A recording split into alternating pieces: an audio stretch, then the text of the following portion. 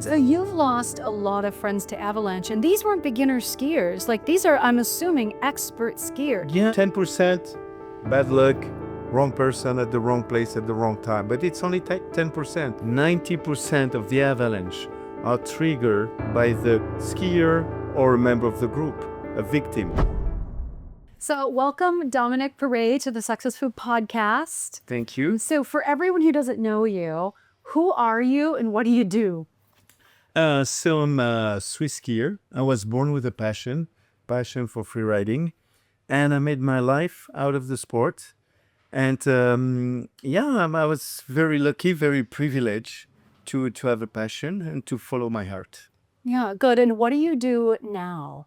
So for the last 30 years, I was doing freeriding, movies, expedition, big mountain riding.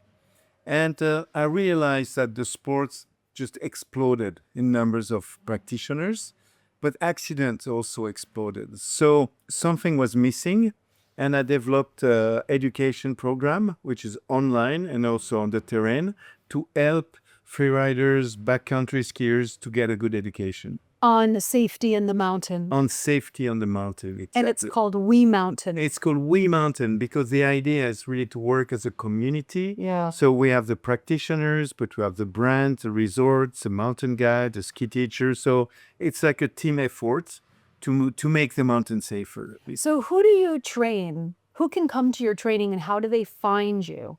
All mountain enthusiasts are very welcome. People who want to ski off-piste, people who want to go for more adventure, to push the boundaries. And we developed a very, I would say, innovative system, which is online. You can start your course online. So you can do it from home, at your own pace, at your own time. It's comfy. You don't have to be outside, listening to people for hours. So you can do all the theory at home, make your exams and the certification. And then the step 2, you will go on the mountain with mountain guides or ski teachers, and you will validate your new skills. So it's a very dynamic system, and we love it. It grows very fast. The young generation, they love to be online. Yeah. They love to be digital. So it's a new way to teach the mountains. So do you teach just in Verbier in the Alps? No, the idea is to be also global.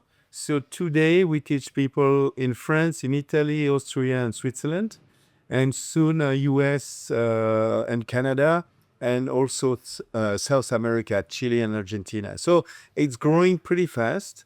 And the idea is really to have a standardized courses. So you can talk the same language, you can follow the same courses, to have like a community instead of having all different courses and no, we want something to be, together.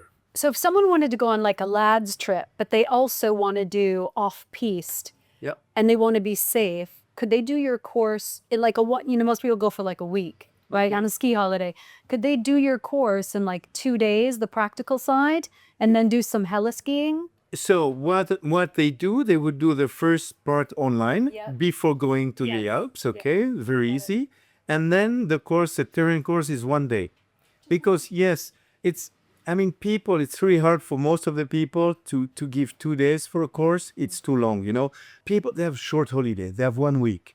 They don't want to follow a course that is too heavy. They want something short, intensive, and then they want to ski. So we think we have a good balance with that. It's a very good first introduction. Do you teach them just safety, or do you also teach them if someone else is in trouble, how to help them? No, it's a very holistic approach. We will teach them about human factors, about the mental, about the energy, about the medical state, about the gear. Then we will teach them about the weather, about the snow science, it's a very complete approach. 90% of the course is how to avoid an avalanche, so it's really prevention. Yeah. And only 10% is how to make a rescue. This is something that is really interesting. People today, they buy a lot of rescue equipment, beacon, probe, shovel, airbags. Yeah. And this is not a safety equipment, it's a rescue equipment. So we teach them how to use it, but mostly how not to use it, how to ski safe. Because when you pull your airbag or when you get your beacon out, Yeah. it's too late. Yeah. There is a drama. So we want to avoid dramas. Yeah. So it's really prevention. I snowboard, but I have a huge respect for the mountain, especially after having kids. I mean, I tore my ACL ending up on a rock face. I had to jump off the lowest common denominator because I couldn't hike up. Yeah. And if I took my board off, my leg would go all the way into the snow. And then, and you do panic, and it is a mental thing, and it's scary. And so I ended up, you know, the depth never looks as high when you're on top, right? And so I thought it was a 6-foot jump. When I got off, I realized it was about an 18-foot. Okay. Yeah, and so I didn't land. I thought I'm just going to jump. I'm going to land this. I'm going to just land. I didn't plan to jump and ski off. I planned to jump and fall, but not break my legs. Okay. However, I didn't calculate the weight of my board pulling my legs down and my knee locking, so my knee bent backwards and I tore my ACL. Okay. Horrendous, but fine now. Everything's repairable. But I have a huge respect to the mountain, not just from that, but once you have children, right? You just have a whole different, you don't want to get, and you get older, so your bones break differently. You're not bounce back. You're not built like a rubber band. Ligaments and everything. Yes, all of it. I mean, what can you tell me about the biggest risks? Like, what causes people to get, I mean, we know what causes avalanche when there's too much weight on top of this, or maybe I should start there. What causes an avalanche? What is the physics of an avalanche? I know people can cause avalanches because I heard you tell Shami. Yeah. But I always thought it was the weight on top of the underlying snow that becomes heavier because of weather conditions shifting. But I don't, but that's... Okay, it would be very difficult to explain everything in 2 seconds because it's really a science. Yes. What you need to know, okay, when it snows, there's some weight. Yes. And you have the incline, okay? Yeah. So the snow will come on the slopes. And the steeper is the incline. It's very easy to understand. I will take these two things. Okay, this is the snowfall. Yes. If it's flat, it won't move. Right. As soon as you put some angle, Yes. slides. Okay? Yeah. So the more angle you put, the easier it will slide.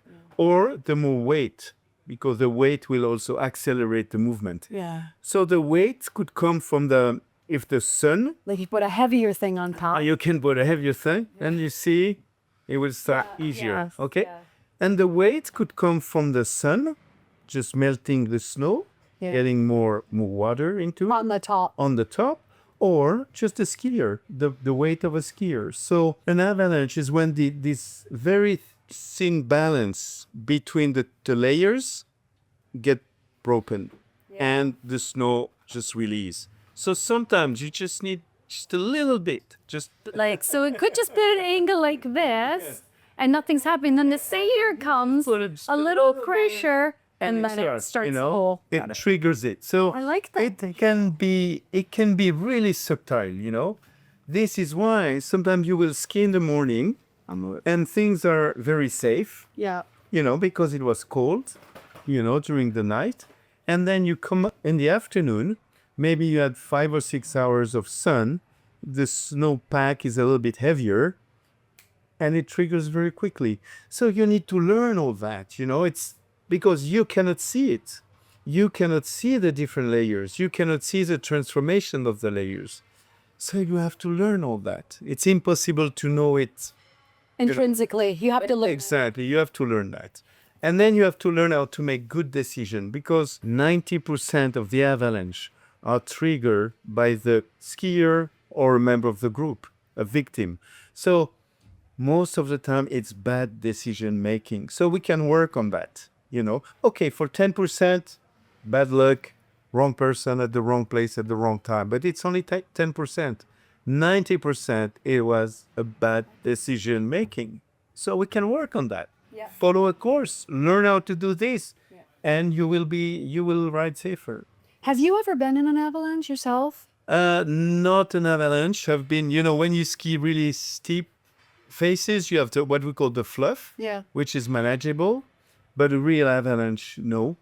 Sometimes really close. But I've been helping to get people out. And I'm telling you, it's no fun. It is really sad. And it's so strong. I mean, the bodies are just smashed. Is It is not something you can play with, you know. You have no chance. You have no chance. Have you pulled people out of avalanches successfully where they live? Some successfully and some are already dead. That's a thing. It could be the best day of your life. 50 centimeters of powder, sunny. I mean, the best of your life. And in a split of a second, it's the worst day of your life. Because maybe, you know, your friends or your husband, your boyfriend is underneath, or your kids. So it's really something you don't want to play with. You know, it's a serious thing. And I think in skiing, we don't take it as serious as it should be. You know, people should be more trained. Really, we have still a lot of work to do. So do avalanches ever happen on piste or is it always off piste? No, it's on piste is very rare. Rare. I have to say that most of ski resorts are doing an amazing job as avalanche prevention, and they extraordinary people how to deal with a ski resort. So I would say it's almost impossible. You still have a chance, but almost impossible. Most of avalanche are in the backcountry, and sometimes it's just 10 meters outside of the piste. You know, just 10 meters away. But on the piste, never. You know, these guys are doing an amazing job. But sometimes you go 10, 20 meters on the side. And it could be an avalanche. Yeah, it could be an avalanche. Okay, And so you message for the kids on camera too is if you stay on piste 99%, maybe 100%, you're totally safe. You don't have to worry about an avalanche on piste. But if you even go 5 meters off, yeah, sometimes you don't need, you know, to go very far. And there are no small avalanches because sometimes the consequences can be really bad. Sometimes just a little fluff can drag you over the cliff, over a rock or something. So never underestimate, you know, an avalanche. So yeah, stay safe, ski with guide or ski teachers, but really get your education. Yeah. You know, it's easy, it's fun. You will end up more smart. You know, you will end up with more fun also because you understand the environment. and the knowledge also gives you confidence. doesn't it? Exactly. And more freedom because then you will have more freedom. So I only see positive things about education. Can you train, or is this just bad luck?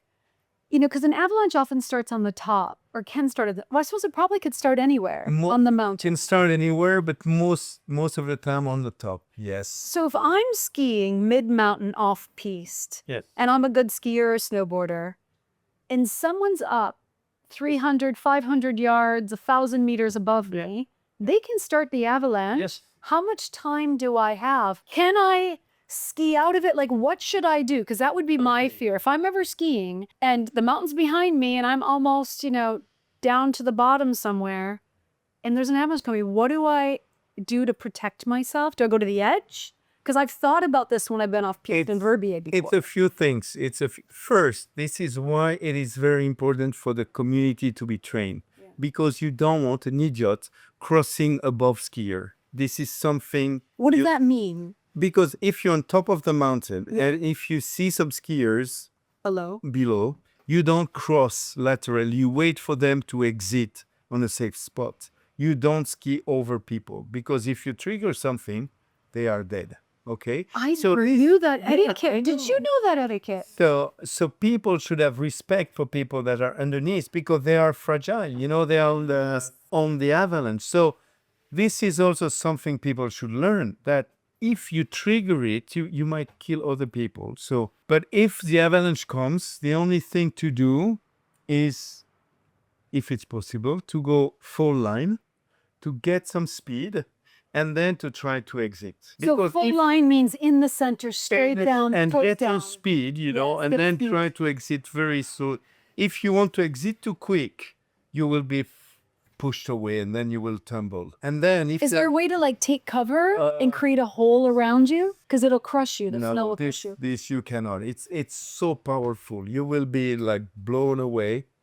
There are few things to do, but first, if you can, it's to put feet first, not head first. Feet first where? Down mountain? Down the mountain, Okay. because then with your legs you might, you know, move. if you can, but it's very theoretical, is to grab a piece of your jacket, Yeah. but because to keep some airways, Yeah. some space, Okay. but you have to grab something because it's so powerful. Grab your hood. If you something. can, yes. If you have an airbag, of course, you put your airbag, but most of the time you have no time to do it, and it's so powerful. You will be blown away like a dust. Like a bug on the hand. Yes, exactly. And then when the snow compressed, you cannot move. It's like cement. You're like cemented because the snow comes. It's like, it's so much pressure, tons of snow, and you're if you're conscious, you will be you cannot move even a finger. You're like in concrete. No, it's awful. And we have been talking with people that have been in an avalanche and survived, and they say it was the worst of How the did they worst. survive? They were lucky. Friends could find them very quickly. Yeah, They were for not marathon. injured. They were not injured because sometimes they tumble so much. So no, do not play with avalanches. So you lay down on your back, feet down. Like if you see it's inevitable, you can see you're not getting away from it. The best you can hope for. Yes. A song and a prayer. Yes. Feet down, lay down. Lay down, grab grab everything. your things. Oh, It's a little bit like river rafting. When people do river rafting, they go down the river feet first, Yeah. so they can kind of bump. People say you have to swim. Don't swim, because if you swim, you will go head first, and then you will go like this, and then you get everything in your face. So it's, if you can, feet first on your back, like a river, river rafting. canyonings, when people do canyoning, grab something, but really, you don't What want if you to be took off there. your helmet and put your face in your helmet? You don't have time. You have to be. No. The power is huge. You have no time.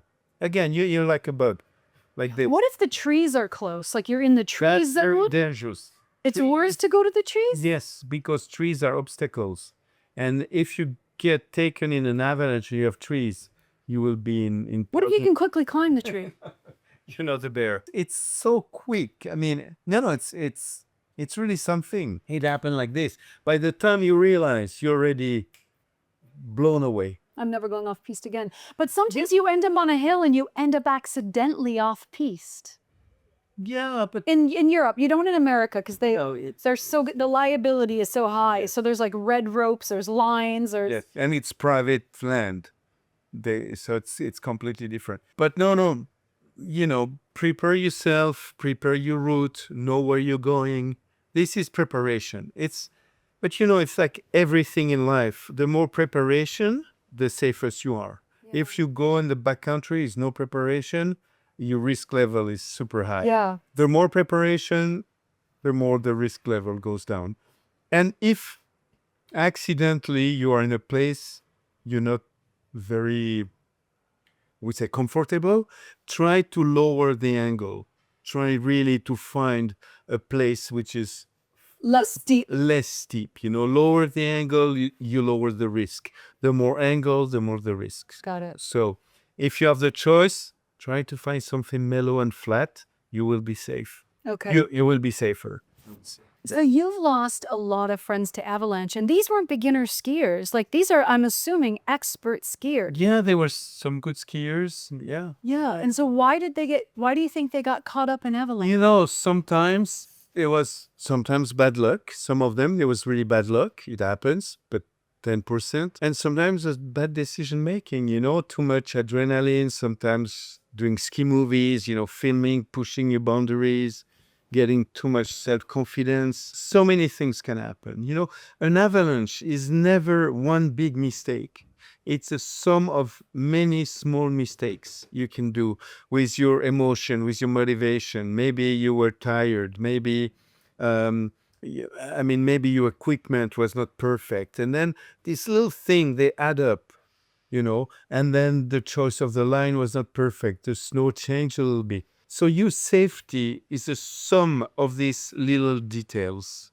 This is why you have so many things to learn to to master all these details. It takes time. It really takes time. Yeah, everyone should get, anyone considering off-piste should get this education. Exactly. And they go to wemountain.com. Please do it. And it's like nobody would ever go scuba diving without education. Nobody would go free falling without education. But why in skiing people just go off like this and improvise? It's Putting your life in your hands. Exactly. It's time to change.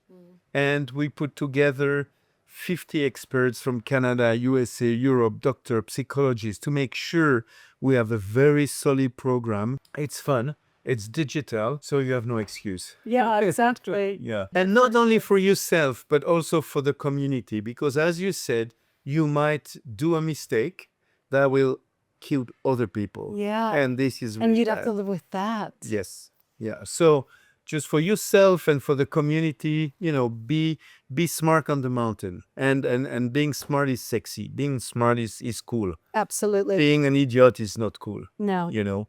So, yeah. Oh, Dominique, thank you so much. So about your skiing, because you were a professional skier, right? Did you race like Shemi and do all the No, I did comment dire, expeditions, movies. My thing was to go where nobody skied before. And so you've done a lot of expedition movies. Where would I find like your most famous expedition movie? I was in Mount Everest. I was a lot in the Alaska, in the Alps. I made over 30 movies. You must find it really funny that it's like sitting with Al Pacino and being like, right, so how could people find your movies? Yes, sir. So yeah, I was really fortunate to have a passion, and it was a good time, to develop the sport. And when I started, we were maybe a handful of pioneers, and today it's millions of people. So all these outdoor sports just boomed, they explode. And also after COVID, a lot of people, they wanted to reconnect with themselves, reconnect with nature. And so we saw a second bump. Do you still do expedition movies? No movies anymore. It's been 30 years but no, my new expedition is We Mountain. That's my new adventure. To make sure, I received so much from skiing. I built my life. It was absolutely fantastic. Much more than I could dream of. So now it's time to give it back. I love that. And to make sure that the dream we create is sustainable, is responsible, and it goes on the right direction. I love it. How long have you been doing We Mountain? We Mountain is now the third season, but it's been 2 years of preparation to build up the program with all the experts from around the world to make sure the product, the course were just bang on. bang on, top notch. Do you hire a lot of like ski guides and people who are living in the mountains, working in the mountains anyway, and they already have so much knowledge of the terrain? Yeah, we have but we also have expert. We have doctors, psychologists, expert about nutrition, because again, it's very important when you're on the mountain to be well fed, to have good hydration. Yeah. When you're dehydrated, you don't take good decision. It's a really holistic approach about human factors, environmental factors, blend together. So it's really interesting. So you live in Verbier year round. I live in Lausanne and Verbier. Yeah. I try to do. And Lausanne is just like 30 minutes down the hill, right? You're really fast in 30 minutes. Now it's about 1 hour drive. Yeah, but it's really, really close. Lausanne is on the lake and Verbier is on the mountain. So it's a beautiful spot. It's beautiful. No, I love Verbier is my happy place. It is an amazing place. I love it there. It is, to me, it's the best resort in the world. Sure. Yes. Well, thanks so much. So is there anything else you'd want to tell young people, or is there anything we didn't cover that you think, wait, let's get this in there? Do you think we covered the thing I want to say is that the more education you have, the more fun, the more freedom, and the more safety. So it's only a win-win. And we want to have an educated community.